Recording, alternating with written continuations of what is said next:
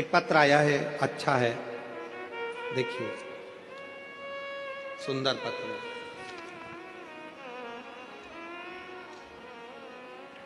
मेरा नाम भाविका भावसार है, पति का नाम विनेश भावसार है, स्थल मुंबई महाराष्ट्र। कहीं बैठी हो तो हाथ हिला सकती हैं। भाविका भावसार, विनेश भावसार, कहीं बैठे हो तो हाथ हिला सकते हैं। और अगर कहीं बैठे हो, आप ही हैं? हाँ जी, वापिस हाथ हिला दो, एक बार वापिस हाथ हिलाओ। ठीक है, बच्चों को ले आओ, दोनों को।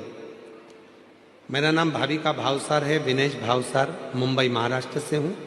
पशुपति व्रत और एक लोटे जल का वर्णन करती हूं। गुरुजी, मेरी शादी को 18 साल हो गए थे, संतान का सुख नहीं था, डॉक्टर की दवाई सब कुछ कराई, 2 बार टेस्ट बेबी भी करवाया, पर फेल हो गया, कोई संतान का सुख नहीं आया। आखिरी में 18 साल तक जब इलाज करवा लिया और कोई संतान का सुख नहीं मिला, तब हिम्मत हार गई और फिर विचार कर लिया कि पृथ्वी पर कोई भगवान है ही नहीं।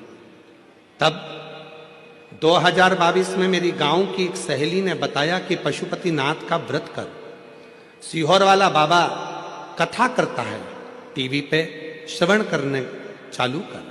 1 लोटा जल चढ़ाने का, रोज मंदिर जाती थी, पशुपति व्रत करना प्रारंभ करा, 2 बार पशुपति व्रत कर लिया।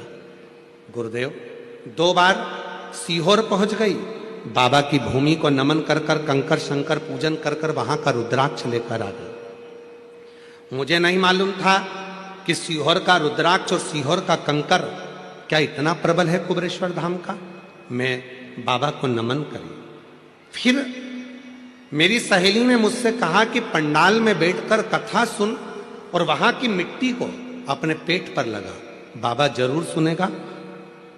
मैं कथा सुनने के लिए जलगांव के पास पहुंच गई, वहां पंडाल में बैठकर कथा सुनी, वहां की मिट्टी को नमन कर अपने पेट पर लगाया। गुरुजी, डॉक्टरों ने कह दिया था कि मैं जिंदगी में कभी मां नहीं बन सकती।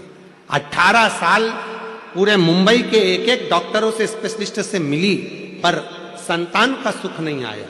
तब आखिरी में जलगांव कथा में पहुंची, वहां की मिट्टी को गर्भ से लगाया और बाबा से प्रार्थना करी, पंडाल में बैठकर जो मांगो वो देता है।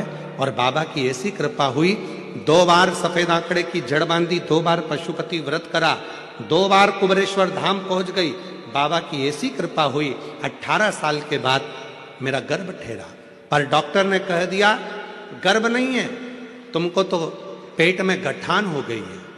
डॉक्टर ने जब सोनोग्राफी कर कर कहा कि गठान हो गई, डॉक्टर ने दवाइयां दी गठान को गलाने के लिए।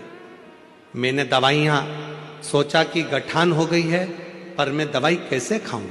मेरा मन कह रहा है कि मेरा भोले बाबा का पंडाल में बैठकर मैंने कथा सुनी है तो बाबा ने मुझे औलाद दी है, पर डॉक्टर कह रहा है कि गठान है। मन नहीं माना, फिर मंदिर जाना चालू करा।